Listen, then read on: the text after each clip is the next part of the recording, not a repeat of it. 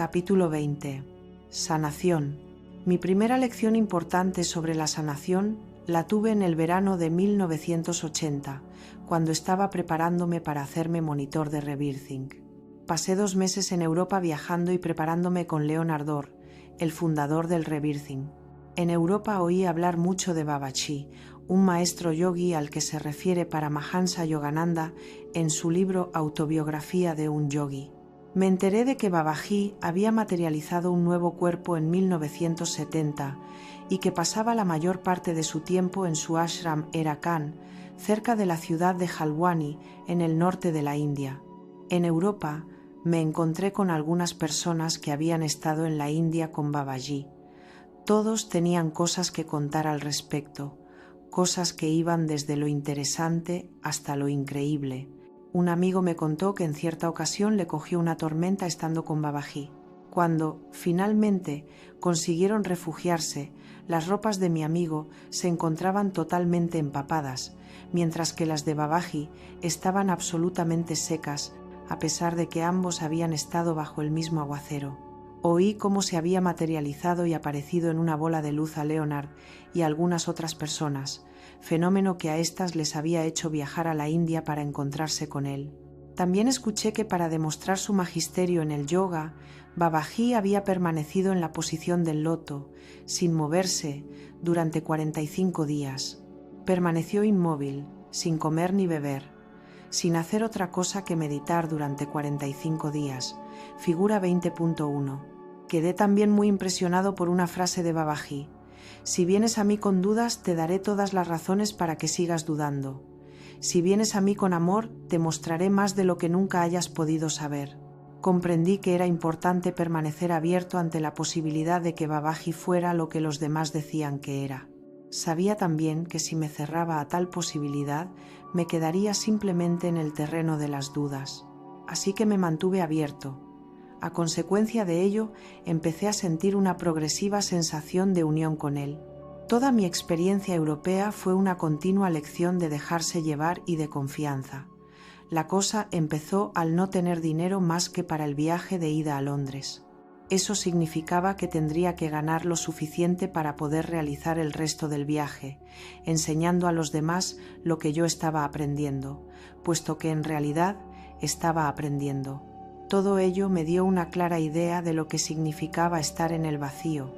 Mi viejo mundo se había derrumbado y el nuevo todavía no se encontraba plenamente en su sitio. Recuerdo que llegué a Estocolmo con mi compañero de viaje, un día a las 2 de la madrugada. Como no conocíamos a nadie ni teníamos ningún sitio a donde ir, decidimos recurrir al local que Leonard tenía destinado para los seminarios y clases de rebirthing. Cuando llegamos allí, nos encontramos con una nota en la puerta que decía que no había nadie, ya que las clases se estaban dando en una granja en el campo, a muchas millas de la ciudad. Por allí no había nadie, pero a eso de las 3 de la madrugada pasó una señora que, afortunadamente, hablaba inglés. Cuando le preguntamos si sabía dónde se encontraba la granja, nos dio una explicación completa del sitio y de cómo se podía llegar a él en autobús. Además, nos ofreció su apartamento para que durmiéramos aquella noche. Sentía la presencia de Babaji y sabía que mientras confiara y me dejara llevar, sería guiado a donde tuviera que ir y a lo que necesitara aprender.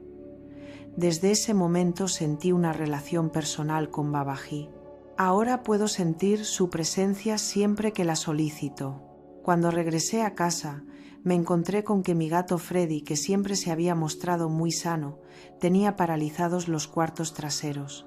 No sufría, pero no podía utilizar sus patas traseras y solo lograba moverse impulsándose con las delanteras. Le llevé al veterinario, pero este no tenía idea de lo que le podía pasar y no dio ninguna solución. Empecé a asustarme, pensando que aquello podía ser grave.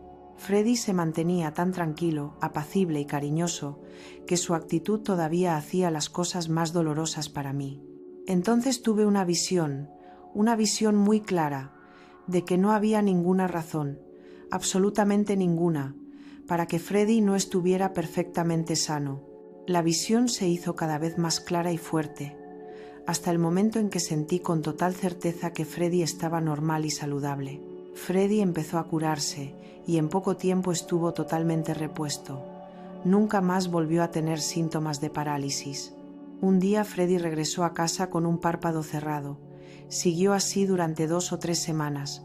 Cuando finalmente lo abrió, el ojo era la cosa más fea que haya visto nunca. El globo ocular tenía tal aspecto que parecía que iba a perder el ojo irremediablemente. De nuevo lo llevé al veterinario, que dio muy pocas posibilidades de recuperación. Me dio un medicamento para el gato y me deseó suerte. También me advirtió que era importante que volviese al cabo de unos días, para que se le vaciase el ojo al gato. Una vez más empecé a tener la visión de que Freddy se encontraba perfectamente. La visión se intensificó hasta el punto de que pude verlo con una absoluta certeza y claridad. Inmediatamente el ojo de Freddy empezó a sanar. Se curó de tal modo que no quedó la menor secuela de su pasada enfermedad. Le llevé al veterinario para que confirmase el hecho. El hombre no podía creerlo. Jamás había visto una curación como aquella. A través de estas 2 experiencias supe de forma intuitiva que había sido Babaji el que había estado actuando, por medio de Freddy, para enseñarme el proceso de curación. Y lo hacía a través de Freddy, porque por aquella época yo sentía más amor por mis gatos que por mí mismo. Por entonces yo tenía la espalda muy dañada por mi pasada enfermedad, y Freddy sirvió como intérprete de mi dolencia. Yo estaba convencido de que no podía curarme, y de que mi espalda iría cada vez peor. Tal vez no hubiera aprendido la lección si el caso se hubiera aplicado directamente a mí. Un día me encontraba meditando mientras contemplaba un póster de Babaji. De repente, una voz interior preguntó: «Babaji, ¿fuiste tú?». La imagen de Babaji se animó inmediatamente, volviéndose algo vivo. Me sonrió de forma directa y movió la cabeza afirmativamente. Comprendí el mensaje. Aprendí mucho sobre sanación de estas experiencias. Aprendí el hecho fundamental de actuar desde el corazón. También aprendí la importancia que tenía el hecho de abandonar mi sistema anterior de creencias y adoptar una disposición de apertura a la sanación, a fin de poder verla, sentirla y conocerla con certeza. Como dije anteriormente, he curado mi espalda. También he logrado curar mi sistema respiratorio. Para mí esto último no es menos importante, porque siendo niño tuve muchos trastornos respiratorios que incluían alergias, fiebre del heno y frecuentes resfriados. Me diagnosticaron una alergia a prácticamente todo. La fiebre del heno me postraba durante la primavera y el verano, y mis catarros eran continuos y me hacían estar en cama a veces días y a veces semanas. Pero eso es historia pasada. Se me hace evidente que todo puede ser curado por medio de una combinación adecuada de mente, respiración y corazón. La enfermedad no es algo que simplemente nos ocurre, es la consecuencia del mal uso de la respiración, de los pensamientos, de los sentimientos y las acciones. Los pensamientos, los sentimientos y acciones crean su propia realidad, y esta incluye la salud.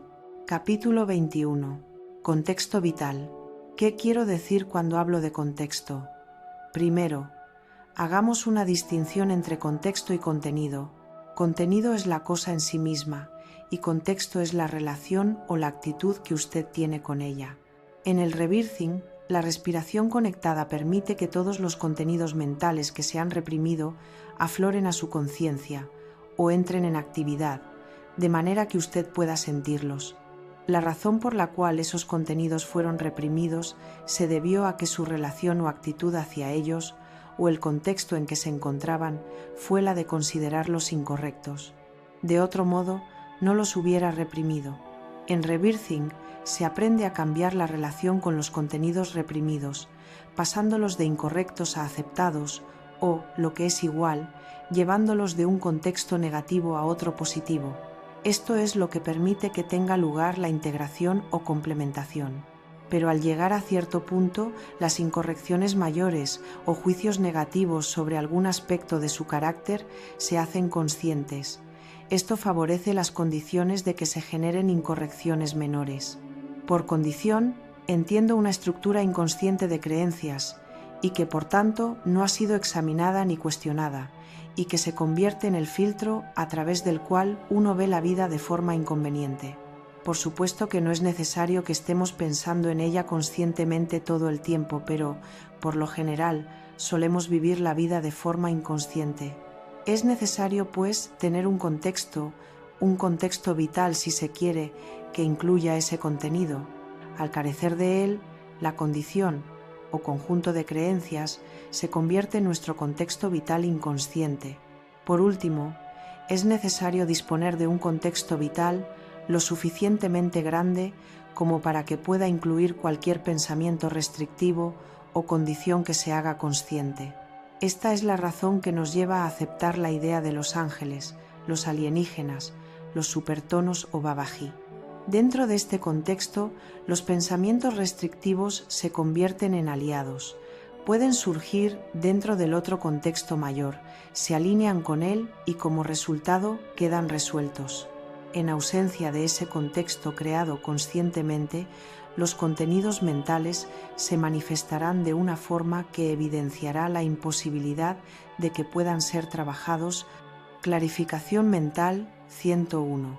Recuerde que el principio básico es que cuando usted crea un contexto vital, cualquier cosa que sea distinta o menos pura que él aflorará a su atención.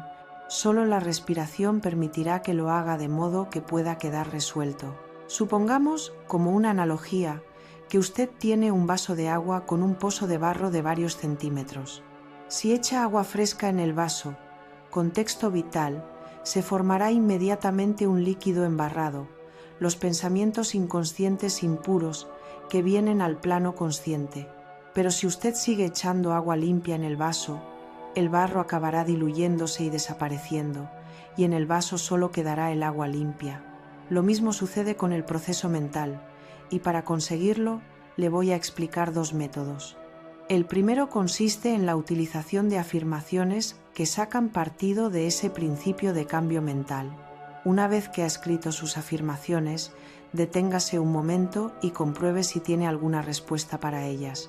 Si es así, apúntela. Después, vuelva a escribir la afirmación y siga con el proceso hasta que su respuesta empiece a estar de acuerdo con la afirmación. Tal adecuación llevará algún tiempo, que puede oscilar entre unos días y unas semanas. Afirmación: soy un maestro que está aquí para co-crear el cielo en la tierra. Respuesta: debes estar bromeando. Afirmación: soy un maestro que está aquí para co-crear el cielo en la tierra. Respuesta: dame un respiro.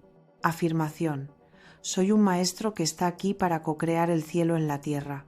Respuesta: eso es la cosa más chusca que haya oído en mi vida. Afirmación: soy un maestro que está aquí para co-crear el cielo en la tierra. Respuesta: quizá no sea la cosa más chusca que haya oído en mi vida. Afirmación: soy un maestro que está aquí para co-crear el cielo en la tierra. Respuesta: me pregunto si eso será posible. Afirmación: soy un maestro que está aquí para co-crear el cielo en la tierra. Respuesta: tendré que pensarlo. Meditación del pensamiento básico. 1. Escriba, de forma suficientemente inteligible, todos los pensamientos que se le ocurran durante 5 a 10 minutos. No trate de censurarlos, de evitarlos o de seguir una determinada línea de razonamiento. Limítese a poner en el papel lo que fluye a su mente. 2. Léalos durante unos minutos y ponga un círculo a aquel pensamiento o idea que incluye que algo se hace mal. Es decir, subraye cualquier pensamiento por el que usted juzgue que algo no está bien, que es malo o equivocado. Por ejemplo, José me vuelve loco. 3. En otra página escriba, pensamiento a pensamiento, una lista de conceptos positivos opuestos a los que subrayó previamente. Utilice la fórmula: es bueno para ¿qué? Ejemplo: es bueno para mí creer que José me vuelve loco. 4. En otra página, y siempre pensamiento a pensamiento, exprese su gratitud por los pensamientos que ha subrayado previamente. Utilice la fórmula: me siento agradecido ¿por qué? Ejemplo: me siento agradecido por pensar que José me vuelve loco porque eso me da la oportunidad de responsabilizarme de mis propias emociones. Indicaciones útiles. 1. El desarrollar un contexto de gratitud por medio de la lógica constituye un ejercicio mental. Hágalo de forma automática. No es necesario que crea lo que escribe o experimentar sentimientos de gratitud. Simplemente escriba cualquier contexto en el que usted vea una base lógica para la gratitud. 2. Busque el valor que pueda haber en esa situación, experiencia o lo que sea que le hace sentirse mal. Si busca intensamente, siempre encontrará algo de valor. 3. Intente poner orden en aquello que juzga que está mal, adecuándolo a lo que debe ser. Después, escriba las razones que le impulsan a hacerlo. 4. Advierta cómo su cuerpo está percibiendo ciertos sentimientos. Así es como usted lo planificó, y por tanto, escriba por qué lo hizo. Al final, se sentirá agradecido por su capacidad para sentir. El exagerar de forma entusiasta los sentimientos producirá tensiones corporales para defenderse de lo que ha hecho mal. En este punto, lo que está vivenciando puede resultar incluso cómico. 5. Dese cuenta de que lo que está haciendo mal no es en el fondo tan malo, incluso debe sentirse agradecido que sea como es. 6. Céntrese en el sentimiento de gratitud por estar vivo. Comprenda que sea lo que fuere lo que está haciendo mal, ello forma parte de su vida presente. Hasta es un milagro que aquello que esté haciendo mal también pueda existir y que suceda en el momento más conveniente para usted. 7. No compare nada de lo que esté haciendo mal con nadie que no sea usted. Debiera sentirse agradecido por el hecho de darse cuenta de que está obrando mal, especialmente si con ello puede dejar de hacerlo. 9. Sea amable, tierno y paciente consigo mismo. Muestre un amor incondicional por todo cuanto le constituye. Extienda ese amor a todos los aspectos de su experiencia. Extienda ese amor a todos los aspectos de su experiencia. ¿Quién soy yo? Todos los temas y vivencias que traté de desentrañar y conocer fueron cosas que estuvieron impidiéndome vivir plenamente. De hecho, toda esa maraña de acontecimientos de ahí afuera, los temores por los cambios de la tierra, por la alteración del medio ambiente, por los gobiernos secretos, etc., no constituyen otra cosa que la representación de mi propio estado interior. Eran las lentes a través de las cuales estaba viendo inadecuadamente la vida. Para poder curarme del miedo, necesito crear la confianza y seguridad que me permitan experimentarlo plenamente, en lugar de quedarme paralizado por él. En otras palabras, necesito disponer de un contexto que sea lo suficientemente amplio como para que pueda incluir cuanto me preocupa, incluso la muerte. La filosofía inmortalista empieza por preguntarse si la muerte es o no inevitable y si se halla más allá de nuestro control. El mero hecho de formularse la pregunta ya resulta muy válido porque permite un cambio en nuestra situación de víctimas. Porque, después de todo, ¿qué mejor forma de ser víctima que la creencia de que uno no tiene nada que decir sobre el destino de su cuerpo físico? Recuerde también que cuanto usted piensa que es cierto con respecto a su vida, es algo que estará creando inevitablemente. Mientras tanto, usted no podrá vivir plenamente porque seguirá suprimiendo cualquier pensamiento o sensación que se encuentren asociadas con sus creencias inconscientes sobre la muerte. La filosofía de la inmortalidad le ayuda a responsabilizarse de estos pensamientos y sentimientos, proporcionándole un contexto lo suficientemente amplio como para poder contenerlos. De este modo pueden ser resueltos, igual que cualquier otro tipo de pensamientos o sentimientos. Lo que resultó más falso para mí fue el miedo a que se pudiera producir una catástrofe universal. Por otro lado, este constituía el único problema de envergadura que me absorbía por entero. Todavía faltaba algo por saber, y ese algo era lo que motivaba mi problema. Pensé que tenía el contexto definitivo, pero terminé dándome cuenta de que no era así. Lo que me faltaba era la idea de que nuestra verdadera naturaleza es la de seres interdimensionales que existimos a la vez en diferentes dimensiones. En nuestros aspectos más elevados, ya somos seres de conciencia crística, somos seres espirituales que estamos teniendo una experiencia humana aquí, en la tercera dimensión, El hecho de tener esta conciencia permite que podamos vivir nuestra vida en su verdadero contexto. Nuestra misión es despertar a nuestra verdadera naturaleza, de forma que podamos llevar a cabo lo que hemos venido a hacer aquí. Nuestro auténtico objetivo es traer la luz y la sabiduría dimensional más alta para co-crear el cielo en la tierra y para asistir al nacimiento del planeta en la cuarta dimensión. Todo este proceso es como un parto. De hecho, es un parto. Cuanto más conscientes y despiertos estemos, más capacitados nos encontraremos para ayudar sabiamente al planeta. Este viaje puede ser muy excitante y seguro, pero solo si lo hacemos así. Confrontemos esta disposición con su opuesta. Si estamos dormidos y llenos de temor, el nacimiento será un reflejo de tales estados, una experiencia plena de miedo, de dolor y de lucha. Todo el planeta y los que habitamos en él nos hallamos sometidos a los sufrimientos de este cambio. Todos estamos mutando.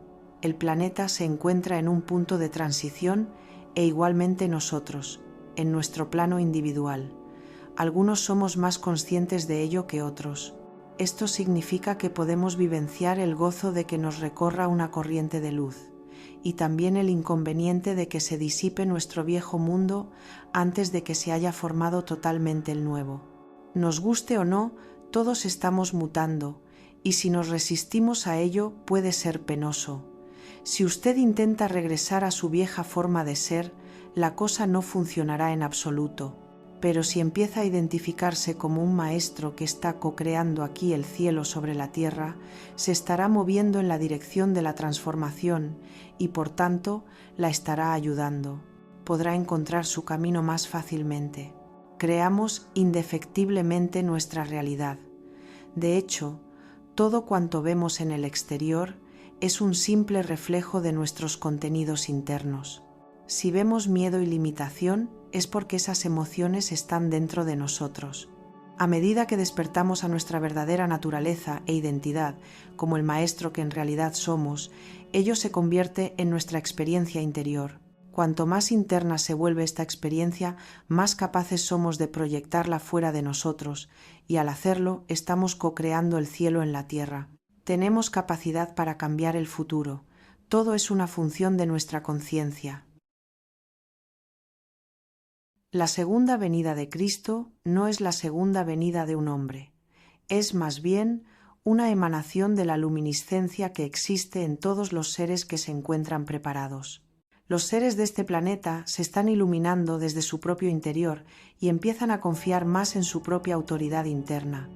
Los grises ya se han ido, se está modificando el equilibrio. A medida que esto vaya sucediendo, el planeta tendrá menos trabajo que hacer. En cierto momento se alcanzará un nivel exponencial, se producirá el salto en la conciencia y la dimensionalidad, y el planeta se iluminará desde dentro. No vamos a elevarnos y abandonar este mundo. Vamos a convertirnos en cuerpos luminosos y permanecer aquí, pero en el nivel de la cuarta dimensión. Buen viaje. Fin del capítulo. Cuando llegamos hasta aquí, después de escuchar estos 2 capítulos, algo queda muy claro. La sanación no es un milagro externo, es un cambio de contexto interno.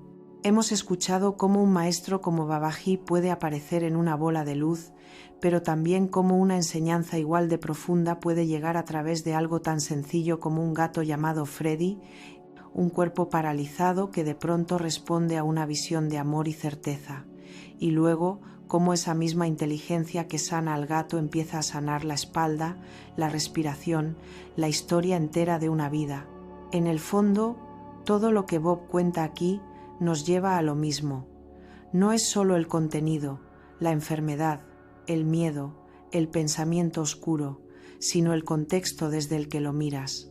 Si tu vida es el vaso lleno de agua turbia, estas prácticas, la respiración consciente, las afirmaciones, la gratitud, el rebirthing son ese agua limpia que sigues vertiendo, una y otra vez, hasta que el barro se disuelve.